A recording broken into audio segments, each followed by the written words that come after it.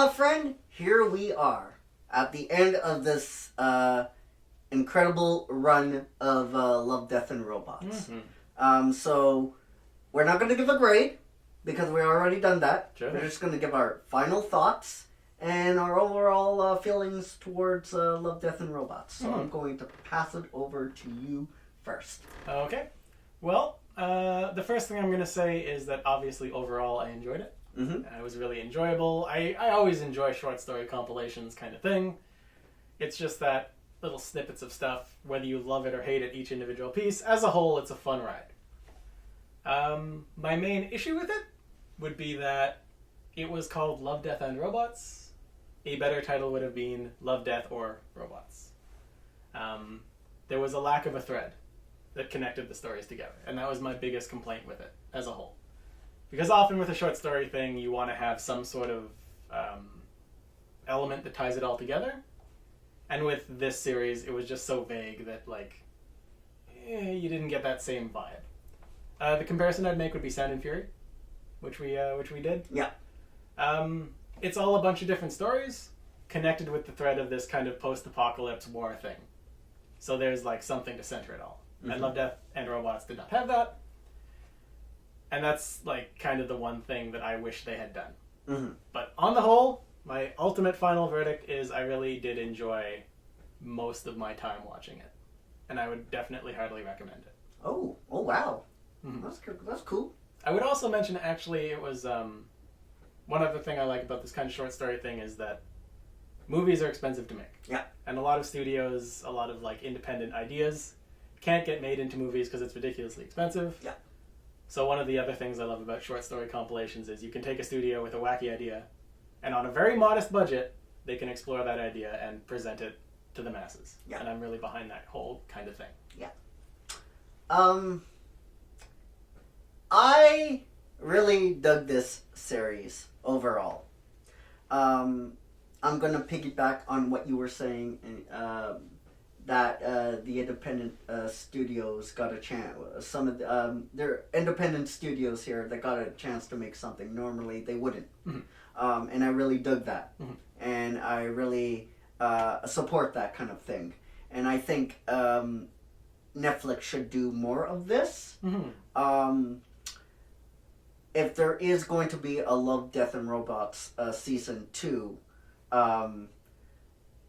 I think this should be more of a small film festival where Netflix brings more independent studios on board, and they say, okay, we're going to make Love, Death, and Robots season 2.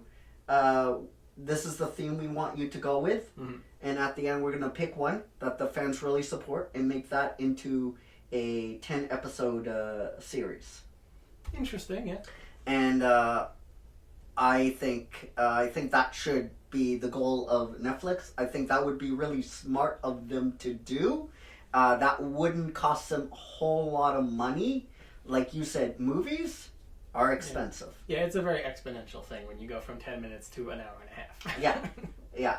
I think the last time I checked into it was $25 a minute.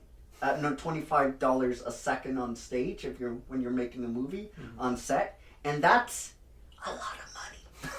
That's a lot of money. $25 every second. So I think if Netflix were to make a second series of Love, Death, and Robots, like a Love, Death, and Robots season 2, that is the model they should go with. And I think it would be really smart for them to do now, because Disney Plus and HBO Max is coming out. They're going to have a lot of competition.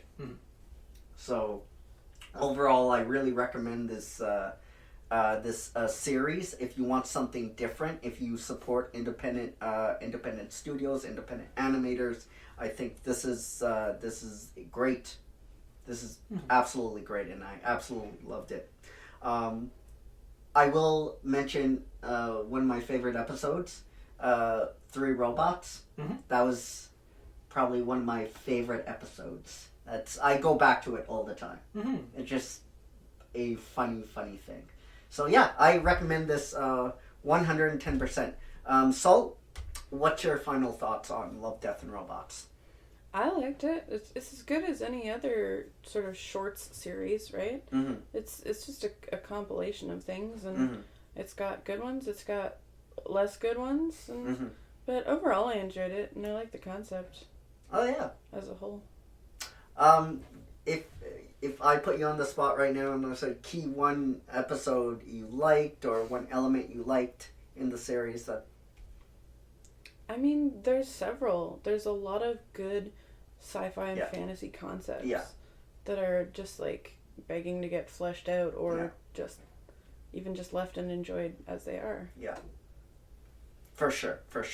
So we all liked it. We all enjoyed it. We all recommend Love, Death, and Robots. If you haven't already checked the series out, we recommend you go and check it out. And guys, we want to know what you thought of this entire series down below. And we will see you all later. Say it with me, ladies and gentlemen, right here on my TV. Ice Age. Oh crap! Today, sir? No. I could help you cross the street. No. I could help you cross your yard. No. I could help you cross your... No. Ow.